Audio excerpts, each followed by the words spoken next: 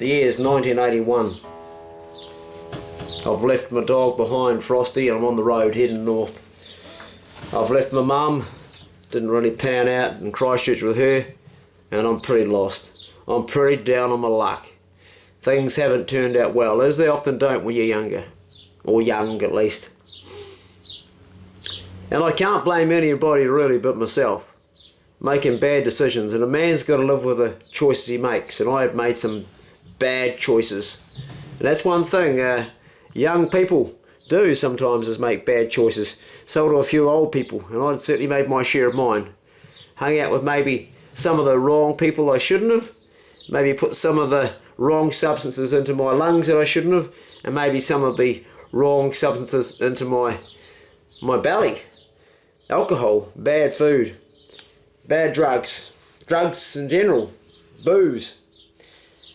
But equally important is what comes into your mouth is what comes out of it. And I said some stupid things too. And I found myself in Hamilton, in a little room smaller than this, a little place that I'd found in a note in the shop window. An Asian lady had it. It was below her home, and it had a sink which pretty much had running water, one element, and a wee outhouse, and you used to have to wash in the sink and do your business in the outhouse, and one lamp that swung in the middle of the room. Anyway, it wasn't very expensive. It was $40 a week back then, which still was a bit of money, and I would go onto the street and play my harmonica and get a few dollars and pennies to pay for my food and also pay my room to the Asian lady. She was not very friendly, and I don't think she liked me very much, but that's okay, because I didn't really like her that much either after a while, so we came to a mutual agreement. However, on the other hand, her daughter, well, that was a different hand. I would have liked to have liked her, but she also didn't like me, so we came to a similar agreement, whereas I would look at her and she'd turn her head away, and eventually I just wouldn't look at her anymore when I'd come home from playing my gig on the street, and she'd come back from the school that she was studying in. I would have been 17 years of age and she would have been the same age, still going to school, and I was basically just living on the road. One night I came home with a bottle of JD and a packet of cigarettes, and that was my dinner, and I sat down and started smoking and started drinking, and one thing led to another, and before I knew it I found myself very intoxicated, playing the harmonica in the room, and it was like 1 o'clock in the morning. There was a bang, bang, bang, and the landlady from upstairs come down and goes, "Shh, make too much noise, quiet, quiet, make too much noise, can't sleep." I said, "I'm sorry, I'm very sorry." No more, you do no more, you go tomorrow." I said, okay. In my drunken stupor I thought, well, one more song won't hurt. And I played one more song. And then bang, bang, bang, bang, bang. She comes down again. "You make too much noise, you must go tomorrow." I was like, ugh, nah. I said, "Sorry." She's, "No, sorry." I said, "I'm sorry, no more." I went to bed, and in the morning there was like a bang, bang, bang. I was still asleep, woke up, hungover. "You must go now, you must go." I was like, oh shit, I didn't have much belongings. She grabbed my blue rucksack and my mug and a few bits and tipped it outside and locked the door, pushing me outside. And I said, "I've still got 2 days rent left of my rent," because you have to pay the rent in advance. Too bad, you're not get. You make too much noise, you can't make us awake." And in all fairness, she was right, I was making a lot of noise. So I was back on the street again. I got kicked out on my ass, hungover, with my rucksack and my harmonica. I went downtown, played a few songs, didn't make enough money to even buy a pie.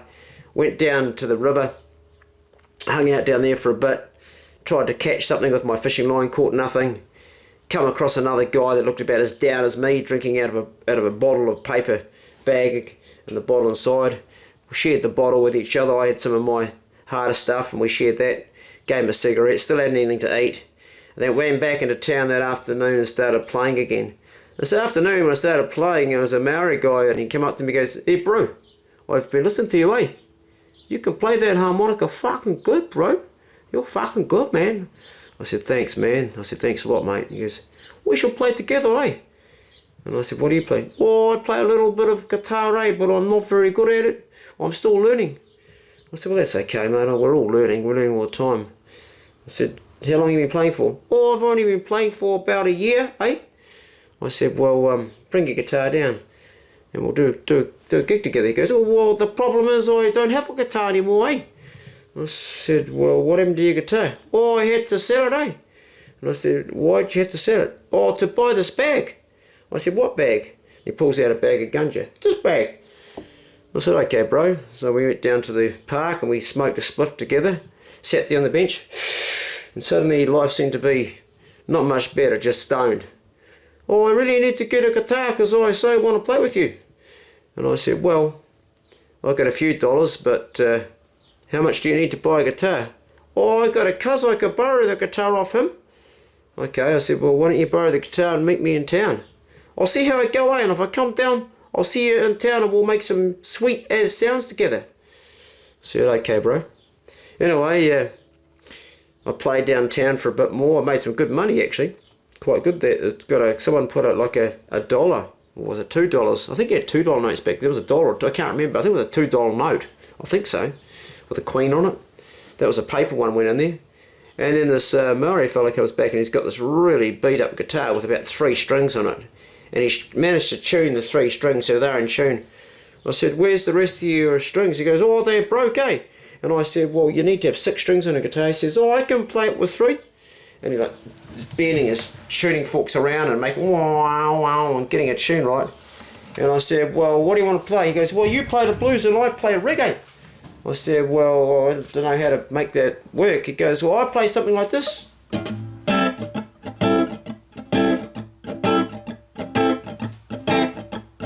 I said, that's actually not bad.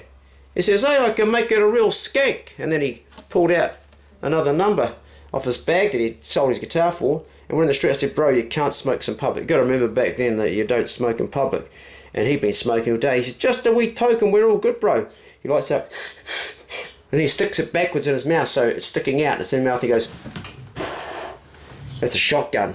So I'm now breathing the smoke. It's like we're kissing almost, you know. Shotgun, bro. And he puts it back in, then puts it back out, puts it in his pocket. And suddenly, I'm like, fuck. And now he's gone from this.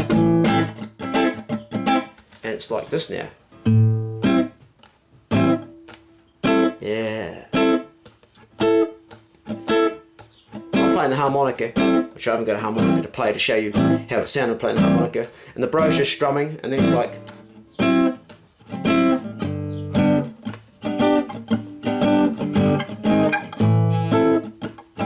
and then he starts singing. Living in Hamilton, why-oh, why-oh, living in Hamilton, I'm jamming with him, I'm jamming with him, jamming, jamming, jamming, jamming, jamming, jamming, whoa. And we played this reggae sort of set, which was all just made up random music. He was just making up stuff with 3 strings on his guitar and me playing the harmonica, and it was like we were really, really out of it. Like, we shouldn't have even been doing it. But we ended up having heaps and heaps of people. Most of them had dark coloured skin around us, and most of them were wearing reggae colours. And this sort of thing was going on. I never played reggae before, I'd always played blues, so it was a real sort of, for me, something new. The skank beat, you know, it's sort of like the beat. Sort of the...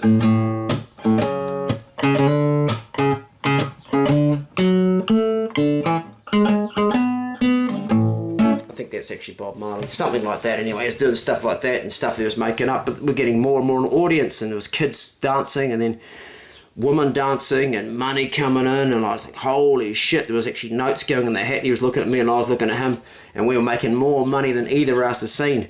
And this gig went on, and there was like a whole lot of stuff, and then the person that had the shop come out and said, you got to go. And I said, there's a great big audience. Everyone was telling the person in the shop, fuck off, fuck off. And we just kept on playing. The person in the shop said, not outside my shop. And we said, okay bro, okay, we'll shift. So we shift down a bit further. There was those days we had record shops. You guys probably don't even know what those are, most of you watching this, but there used to be record shops. You could go and buy a vinyl.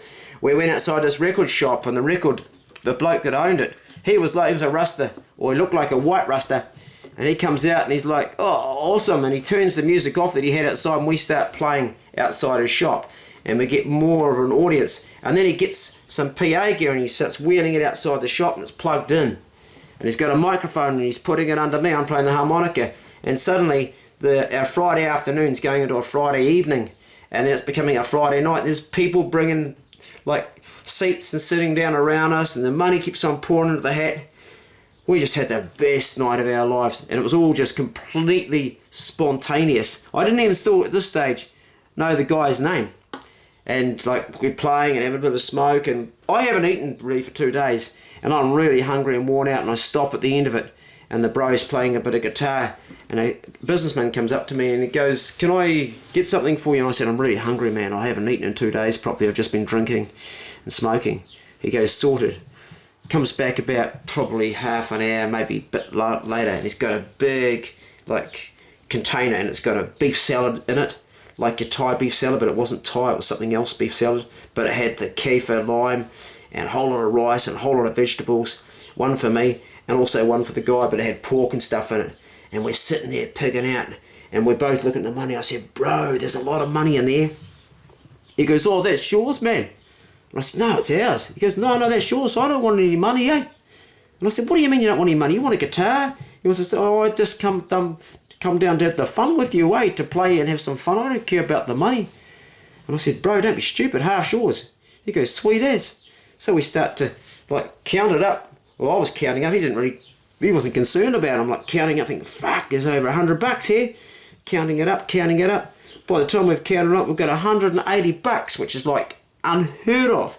That's like that's a week's work back then. It's a week's work on the farm, working really, really hard. So there's all this money. I said, "Bro," that's like 90 each. He goes, 90 and 90 is 180. I said, "Yeah." He goes, "Fuck, that's awesome." I said, "Yeah." I said, "That's yours." So I gave him his, and he stuffed in his pocket.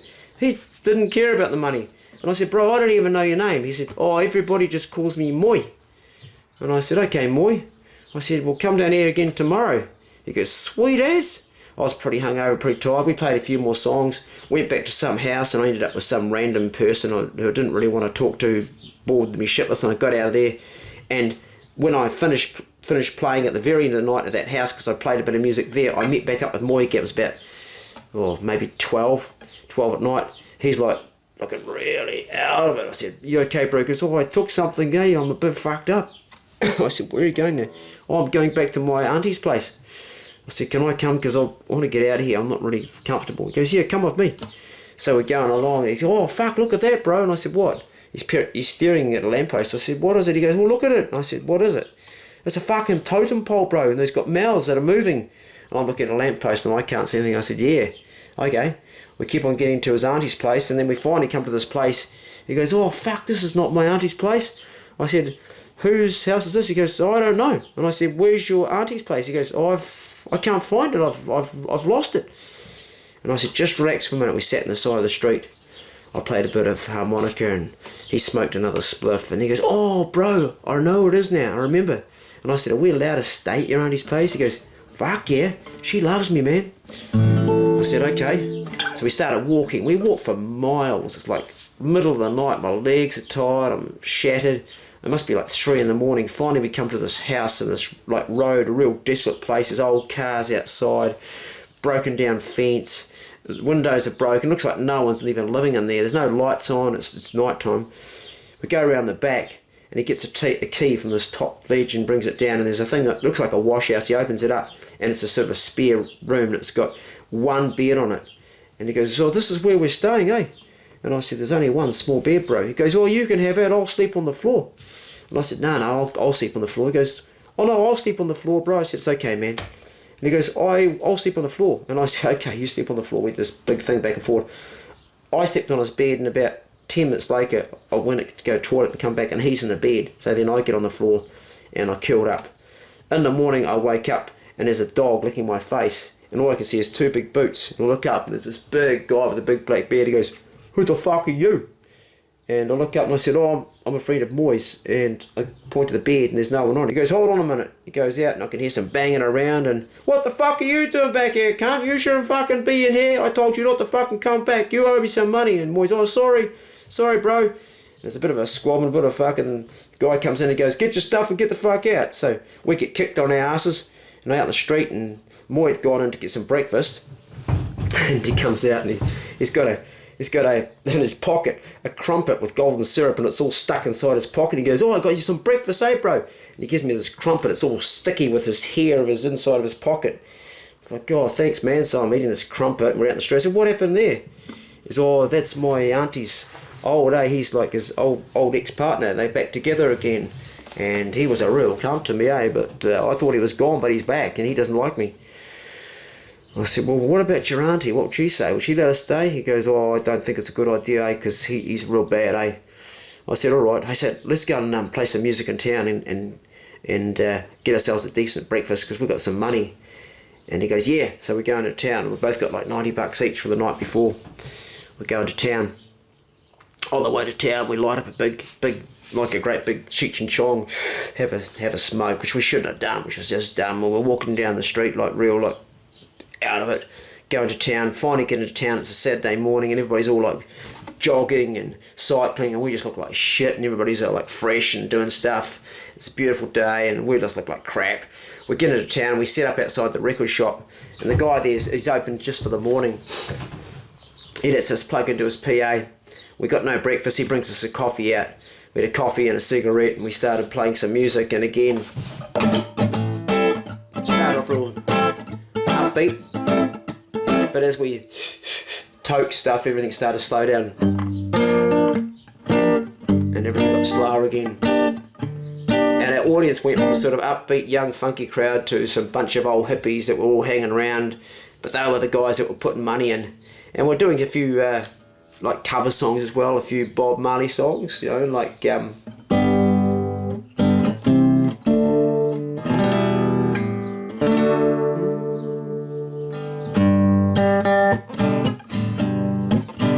oh, pirate ships, yes, they rob by, so to the merchant ships. Minutes after they took I from the bottomless pit, but my hand was made strong by the hand of the Almighty. We forward this generation triumphantly. Won't you help to sing these songs of freedom? It's all I ever had. Redemption songs and so forth.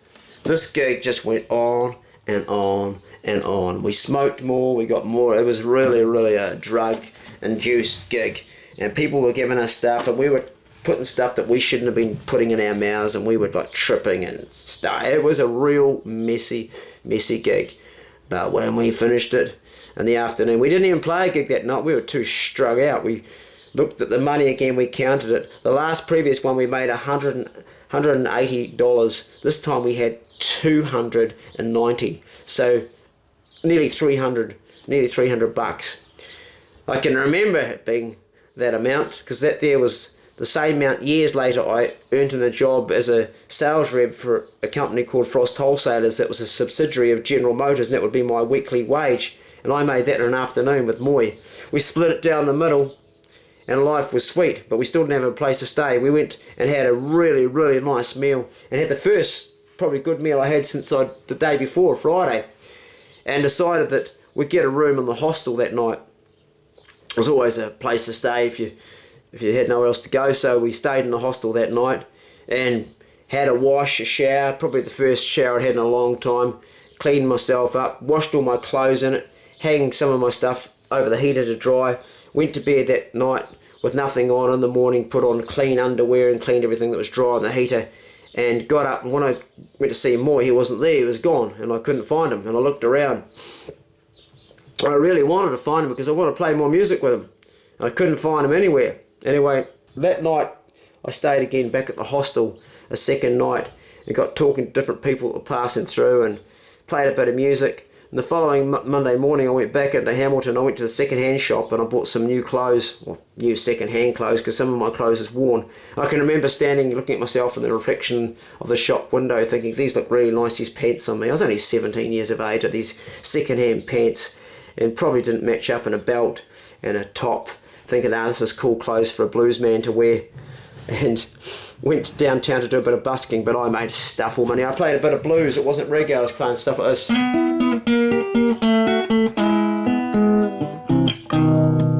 Well, good morning blues, blues, how do you do?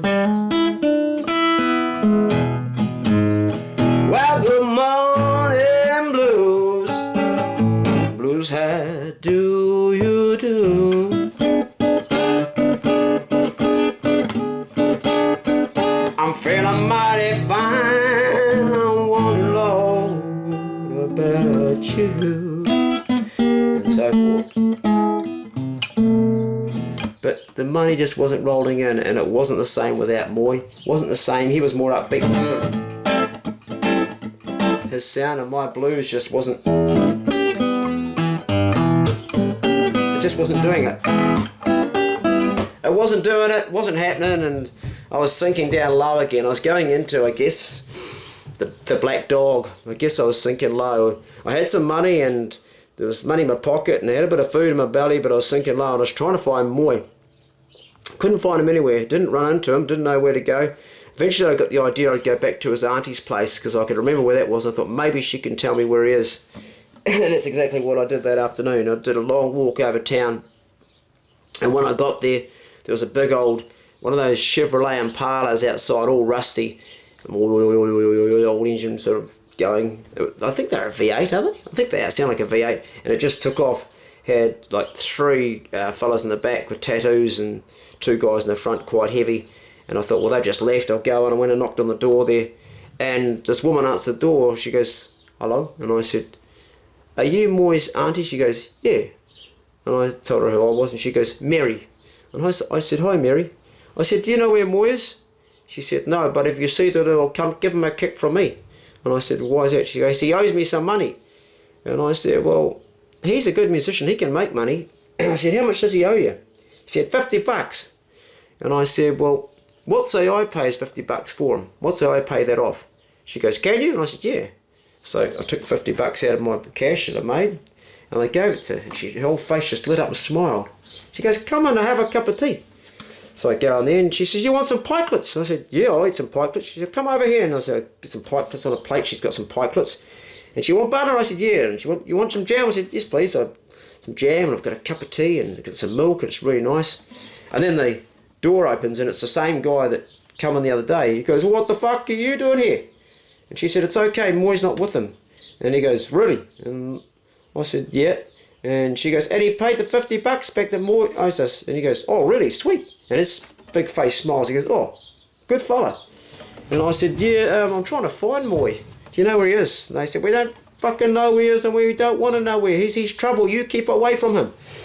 And I said, well, the thing is, he's actually really good on the guitar. He's a good singer, and I actually like him. And they looked at each other and they go, we don't know where he is. And I said, well, where will I start looking? And they said, oh, you could go to the pool room. He plays billiards and pool. And I said, okay, it's a start. And as I left, she said, you want some more pikelets? And I said, yeah. So I sat down and had some more. And she said, come back again. And I said, I will. So I headed on down to where the billiards room was, or pool room. It's a little wee club, little place, just a tiny little place. I go in there and I go around all the people. There's no Moy in there, looking all around trying to find him. There's nothing in there. And so I have a couple of games. My granddad used to play snooker and billiards and pool, and he taught me how to play. And I played with a ginger-haired guy, and he beat me twice. And then he goes, do you want to play for some money? And I said, well, you already beat me twice. He goes, just for fun. I said, okay. I said, how much? He goes, $5, which is a lot of money. I said, yeah, all right. So now there was a bit of money involved, and I sort of concentrated a bit more, and just by pure luck, maybe, I don't know, but I beat him. And he didn't expect to get beaten, and he really begrudged giving up the $5. And he said, oh, that's a setup, bro, because I beat you twice, and then you beat me when we're betting. I said, no, it's not, it's just luck. and he was like really sort of not wanting to give up on it, and he was like sort of a bit shady. And I said, "Gotta pay it up, bro." So he paid it up, and he was like real not happy. And I said, "Well, why don't we have another game for $5? Give you a chance to maybe win it back, or I might beat you again." He goes, "You're on." Now $5 is a lot, and you weren't allowed to play for money in this place, but just private stuff between us. So we put another $5 down on the table each, and a few people gathering around, and it's just pool we're playing. I was on the little ones, he was on the big ones, and I think it must have like 5 or 6, quite a few balls, and it was like shit. And then I sunk a few, and then we ended up, both of us, down to on the black, and the pressure was on. I had the first shot and I screwed it up and stuffed it, and everybody's coming around, and then he stuffed his shot up, but he set it up so perfectly for the next one. He was like, "Ah, fuck." And as soon as I sunk it, it was like, "Fuck you." And everybody's like standing around, and I said, "Fair's fair, bro." I went to grab the $5. He was like, "Fuck off," and he wasn't going to pay it up. And then I heard this voice, "Hey, come." I turn around and it's Moy, and he's like going over. He's been in the background watching the whole game, and he goes up this ginger hair guy, and he just goes, he's got a hat on. It's a hoodie. It's not one of these. It's a hoodie. He takes his hat off and he just goes, "Doof," and he butts this ginger hair guy right on the end of the nose. And the ginger guy, being a ginger guy, he's tough as bloody Neanderthal man. He goes, "What the fuck did you do that for?" And he's got blood pissing everywhere. And Boy says, "You'll get fucking more of it too if you don't pay up, cunt. Now fuck off." And this ginger guy's got blood going everywhere, and he should have gone down. And he's like, "Fuck you." And he grabs a pool cue, and before he even has a chance to do it, old Moy's like tearing into him. There's a big scrap going on, and then the manager comes out, and he's a big guy, and another 2 big Maori guys grab all of them, throw them all outside, and the ginger haired guy and Moy are in this scrap on the street, and they're about evenly matched. It's going like round for round for round. Eventually they're just separated by the people in the street. It wasn't a particularly good looking fight. And I'm like, "Bro," and Moy looks up at me, he's got blood coming out the corner of his eye, and his lips like ripped down there, or cut. And he's got this big smile at me. He looks up at me, and he's got a tooth, and he goes, "Oh fuck, eh, I've got a loose tooth." He's got his tooth, and he's like trying to push it back up, it's loose. And I said, "Bro, where you been?" And he says, "Oh, I had to do some business, eh? Had to go see my missus." And I said, "Okay." I said, "Well, where can I see you next time? Where can I find you?" He goes, "Oh, I'm just around." I said, "Well, look, there's a party that I got offered a gig for, but I need to have you to play for it. The only problem is these guys are gang affiliated." And Moy goes, "I don't give a fuck, eh?" And I said, "Well, you keen?" He goes, "Well, how much money is it?" I said, "When did you start caring about money?" He said, "I don't care about money, but you do, and if I know it's a lot of money, I know that it's probably quite a dangerous gig, because you wouldn't do it otherwise." I said, "What's the logic in that?" And he goes, "Oh, I'm on to you, bro." And I said, "Actually, it's not that much money, it's only $100. I said, "We can actually get that playing on the street. These guys just like my blues, and normally people don't like my blues." He goes, "Oh, fucking blues, I want to play reggae." And I said, "Well, we could do both." "Oh, I guess." I said, "Can you play blues?" He goes, "I don't know what the blues really is." So I taught Moy the blues. We sat down, and I was teaching him all that stuff that you do, you know.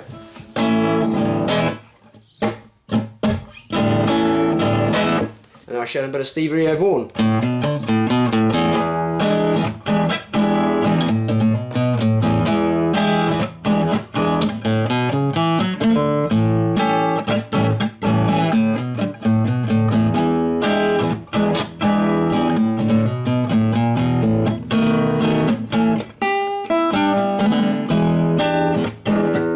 Mary had a little lamb, his fleece as white as snow. He goes, "Bro, that's not blues, man." I said, "Yeah, it is." He said, No. He goes, "That's a children's song, eh? That's a kid's song. I knew that when I was at kindergarten." I said, "Bro, it's a kid's song that's been made into a blues song." He goes, "Oh, fuck, I don't into that shit, bro." And I said, "Well, that's the music we're going to play." He goes, "All right, we'll do it then." So that was a gig set up. Now that's a story for the next part of this, part 2, because it's hot and I want to get back in my garden. That's why my fingernails are all dirty, because I'm out there, and that's probably enough for a story today. It's half an hour. Now that party, well, that was a party that you don't want to miss, that one there. The shit that went down that party in Hamilton, 1981, whoa. I was clean throughout the whole thing, and that was a good thing, because had I not been, you'll find out anyway. We're going to meet a really cool character at that party though. a guy that once in a lifetime person that you meet that's got incredible skills. But I'll save that for that story. Okay, brothers, go steady. Check on a brother. It looks like the Bro Check Club's become a throwback story club these days. I've got nothing else in me. Right now I've got a really, really bad head cold I caught off my son, so I'm a bit under the weather. You probably noticed. But I'm on the mend. Go steady, and I'll see you in part 2 of Moy and Clay. Not quite sure what I'm going to call this series yet. I'll think of a name for it and something will pop up in my head. See you then. Okay.